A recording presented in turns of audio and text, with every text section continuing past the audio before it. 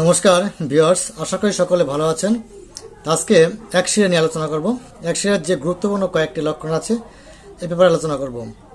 একশিরার যে প্রধান লক্ষণ হচ্ছে প্রস্রাব দ্বারের সংকীর্ণতা, প্রস্রাব থামিয়ে থামিয়ে প্রস্রাব হয়, প্রস্রাব দ্বারের ভিতরে ক্লে জমে থাকে, অন্ডকোষ ফুলে পাথরের মতন শক্ত হয়ে থাকে এবং বিভিন্ন জায়গার গ্ল্যান্ড ফুলে পাথরের মতন শক্ত হয়ে থাকে, এবং কখনো কখনো দেখা যায় যে অন্ডকোষ বা বিচি দুটা যে কোনো একটা অনেক বড় হয়ে যায় এবং পাথরের মতন শক্ত হয়ে যায়। বিশেষ করে দেখা যায় যে ডান পাশের অন্ডকোষ বা বিচি ফুলে শক্ত হয়ে যায়।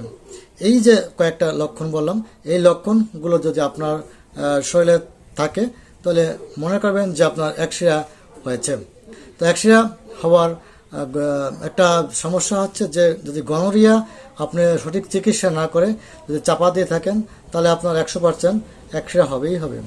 এবং যদি আপনার বাবা মা কারো যদি গনোরিয়া রোগে আক্রান্ত হয়ে ছিলেন বা চিকিৎসা করেননি, অপচিকিৎসা করেছেন, তার পরবর্তীতে আপনাদের জন্মগ্রহণ হয়েছে, তাও যদি হয়ে থাকে তাহলে আপনার একশিরা সমস্যা হতে পারে।